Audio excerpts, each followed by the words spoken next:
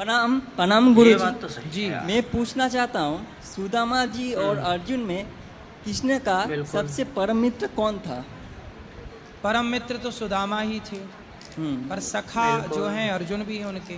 हम्म तो दोनों अपनी अपनी जगह श्रेष्ठ हैं और दोनों की अपनी अपनी ये बात भी भूमिका सही है। है। लेकिन आजकल कान को इतना श्रेष्ठ हाँ, क्यों मानते हैं? बहुत जो बड़ा। अधर्म के पक्ष में है, जो अधर्म के पक्ष में है, वो कैसे श्रेष्ठ हो सकता है? कौन है अधर्म के पक्ष में? कर्ण धर्म के पक्ष में था वो कभी? कौन? कर्ण। हाँ कर्ण हाँ कर्ण की मजबूरी थी ना दुर्योधन ने, मजबूरी भी हो, सुदामा जी की तो मजबूरी थी, इतनी दारिद्र्य था इसलिए तो थे। कर्ण को महान नहीं कहा जाता, दानवीर कहा जाता है बस।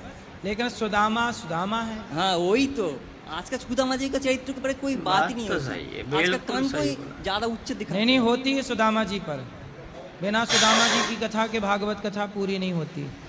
लेकिन आजकल ज्यादातर नौजवान कान की बात ही करते हैं, महान था, महान श्रेष्ठ योद्धा था। हाँ श्रेष्ठ। योद्धा तो था ये ना तो वो। मुझे भी जानना है। लेकिन अधर्म के कुछ पास हाँ कुछ उसकी अच्छाइयाँ थी, कुछ बुराइयाँ थी, तो दोनों को देखा जाएगा ना कि अच्छाई कितनी थी बुराई कितनी थी। मैं सोचता हूँ जो धर्म के पास में वही श्रेष्ठ है। हाँ ये सही है। अधर्म अंत के है। पास में जो भी हो, अच्छा हो फिर भी हो, गलत गलत हमेशा गलत ही होता है। इसलिए तो भगवान ने कहा अर्जुन से कर्ण को मार दो, इसलिए तो कर्ण को मारा गया। हाँ। क्योंकि वो अधर्म के साथ थे। वही वही सही है। राधे राधे गुरु जी, जी आपके चरणों में कोटि कोटि प्रणाम।